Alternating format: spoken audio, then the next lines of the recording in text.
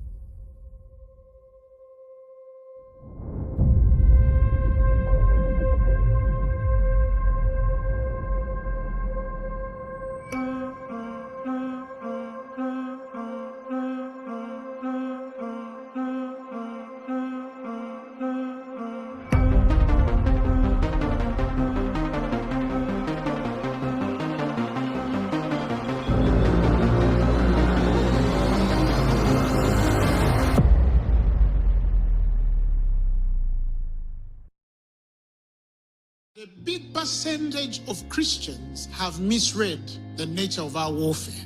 And how do I know? When we look at the defenses we have against our debt, against the sicknesses, against those who are fighting us and perhaps are more equipped physically than us, you find yourself asking God or any man around you, what shall we do? When you find yourself with an unplanned initiation of the soul, screaming, what should I do? I'm stuck. And that's the point you should know. The problem is not the things attacking you. The problem is not the people that have set themselves against you. The problem is that there is something that you're blind to in God. You're blind to his power, to what he has done through Christ at the cross, to the reinforcement that is available for you. 2 Kings chapter 6, the king of Syria is at war with Israel. They just don't seem to defeat Israel. And so he thinks among them is a spy.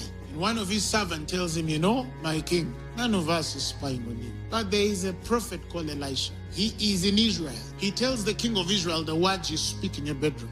So when they identify this man, Elisha is in a city called Dothan. And so they go and surround the city. The servant of Elisha sees the army, the horses and the chariots. Alas, my master, what shall we do? And Elisha prayed and said, Lord, I pray, open his eyes that he may see. Then the Lord opened the eyes of the young man, and he saw. And behold, the mountain was full of horses and chariots of fire all around Elisha. When the Bible says, thanks be to God who always causes us to triumph. Always. For us, victory is not, we hope God will help us. For us, victory, it's an always. You enter this conversation when you already know the end of the conversation. The enemy attacks you, but you already know how it's going to end with him. For whatsoever is born of God. He didn't say may overcome the world. He says whatever is born of God overcomes the world. And this is the victory that has overcome the world. The fact that we believe it, our faith. You are walking into a territory where victory has been guaranteed.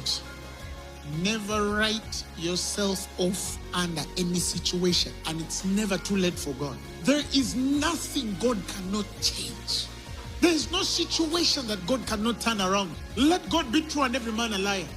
Now, there are about 4 lessons that I need to give you, and by these, you will wage your war. Number 1, your victory is not a future event. Your angels, your keepers, your guides are packed around you.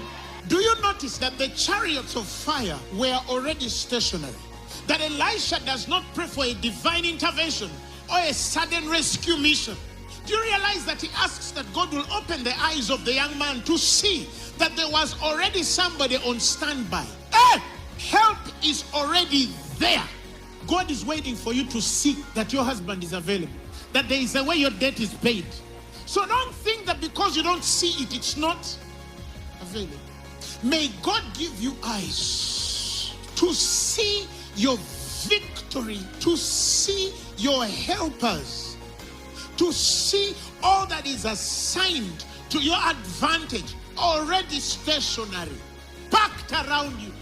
Haven't you ever asked yourself why a man as rich as Abraham would send his son Ishmael with only a bottle of water. I'm sure he sent his son with some angel. He carried the conscience of the ways of God, that this boy doesn't need gold or silver. No, the word has sent him out. He shall be fruitful. I shall make him great. It means that there is an assurance that help is around this boy. It's amazing how sometimes God sends us and we look like we have nothing, because God does not need to send you with gold. He just needs to send you. He doesn't need your qualifications. And some of you, the extra baggage is not necessarily the stuff you carry in your hands. No. It's the extension of the things that you think are connected to you, either by blood or by association, and you think that those things are important in the affairs of how the calling of God will play out in your life. And yet by God, that's not the way of the Spirit. God can send you with nothing. God can send you from nothing. God can send you even when you're not ready. God does not call the qualified. He qualifies the called. The fact that God says go, whether you speak English or not, go. Whether you're short or tall, go. Whether you're qualified or not, go. Just go. Some of you, God is going to intercept your agendas. Something will pounce on you. The pulse of heaven will stir in your spirit and put you on an assignment you were not ready for. In the morning, you think you're taking your brother's bread. In the afternoon, you have defeated Goliath. God can change your program. You can wake up in the morning going to work and you come back a prince. That's why the Message version says you don't need the equipment. He says you are the equipment. Do you know what it means to bypass the person who could make you a millionaire, but you are blind to the potential that they carry? Do you know what it's like to be blind to the opportunities that are available for you? Every day you're walking, your help is not far. He opened her eyes and she saw a well. He did not create a well. There is a well of provision. Even when the landlord has chased you away out of the house and he's saying, I'm giving you 3, 4, 5 weeks. Even though you're here and you're struggling to pay tuition, God says help is available. I'm not going to say it. It's already there. Your eyes just need to open. If there is a prayer I pray always, I say, God, I thank you, because my eyes are open to see the help available for me. And every time I do that, help comes. And many a time, I don't need to induce it. It comes by its own. Why?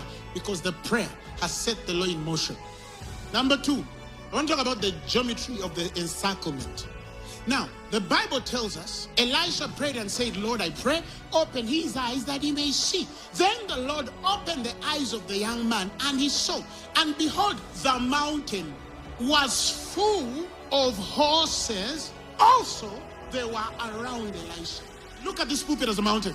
Below the mountain is a small hill where Dothan is, the city. They come to attack Elisha in Dothan, and they surround the city. The eyes of the servant are open, and he sees that there are horses and chariots of fire around the mountain. That means they are circling Elisha, and God is circling them. They think they are trapping, they're in an ambush. And on top of that, God also forms an inner ring within the city that also surrounds the prophet. A thief comes to attack your home, and they surround the home, and God puts a ring outside the thieves. Nothing that has attacked you is going to escape. I speak prophetically. You're not just surrounded. Even the ring they've placed around you has a ring of God around it. That's how God plays. When you come in my circle, not only does he put something to preserve me, but he also puts a ring outside to make sure that when we start fighting, none of you escapes. Your trap for me is an ambush. Ochigudemu, you're in trouble. I'm saying your enemy 2026 is in trouble.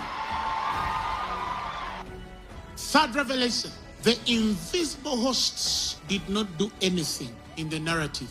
The mountain was full of horses and chariots of fire all around Elisha. So when the Syrians came down to him, they came to attack. Elisha prayed, listen, and said, strike these people, I pray, with blindness. And he struck them with blindness according to the word of Elisha. No single angelic drew a sword. Not a single Syrian was killed by a chariot. Instead, God used the weapon of the prophet's choice. Let me ask you a question. How do you set a massive weaponized military force, especially one made of fire, and you don't expect a bloodbath? Let me tell you, you have more than you use. You have more than you use. God showed the servant by what he demonstrates through Elisha that even those, it wasn't their time to do anything. They were reserved on top of what the prophet can do. Do you know what it's like for God to give you more than you need? There is a host appointed around the anointed, and they are more powerful than the anointed needs. And you notice Elisha was always conscious of them.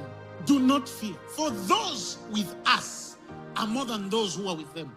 When your eyes are open, you will realize that you're more powerful than you show. And some people think that because we don't show, we don't know. Until the time they cross a line. Let me tell you, they will fear you whether they want it or not. The church has to be feared. I say people need to fear when they're trading in your territory, when they're mentioning your name. If they don't, it's only because they are blind. It doesn't mean that you don't have the potential to cause damage if you have to. Some of you remember the story live. This guy got music and put it next to us and said, boo, boo, boo. I pointed at the speaker. I said, I command that speaker to burn now. Immediately, the equipment burned. Tell your neighbor, I'm dangerous. Now point to the devil in hell and tell him, devil, I'm dangerous. Revelation number 4. God will make your enemies dependent on you for their deliverance. The Syrians are sent to capture a seer, and the seer blinds them, and then he comes to them. He says, let me take you to the right way. You are lost. He led them to Samaria. They were under the power of the prophet. So it was when they came to Samaria that Elisha said, now Lord, open the eyes of these men. You see, the release is on the servant. You wait, there are people. 1 or 2 of them will come and make peace, and they are released, and the rest will say, the moment this person went, they were released. And now the king of Israel saw them, verses 21, and said to Elisha, my father. Now he's a father. My father. Shall I kill them? He answered and said, you shall not kill them. Would you kill those whom you have taken captive with your sword and bow? What was Elijah's sword and bow? They can do everything, and you can say one word only. That's your sword and bow. We shall decree a thing, and it shall be established. Whatsoever we bind on the earth, it shall be bound in the heavens. Whatever you lose on the earth, it shall be loosened in the heavens. By your words you shall be justified, and by your words you shall be condemned. We carry the keys of the kingdom. And the moment you understand the way the keys of the kingdom work, you shall say. And the next line says, so the bands of the Syrian raiders came no more into the land of Israel, as long as Elisha was there. The moment you mention Israel, when the enemy's trap becomes their ambush. I'm sure there are people on this ground who said, Pastor, as you were preaching, God has spoken to my heart. I need him in my heart. I need Jesus in my heart. Repeat this as after me. Say, Father God, I thank you for the gift of Jesus who died for my sins.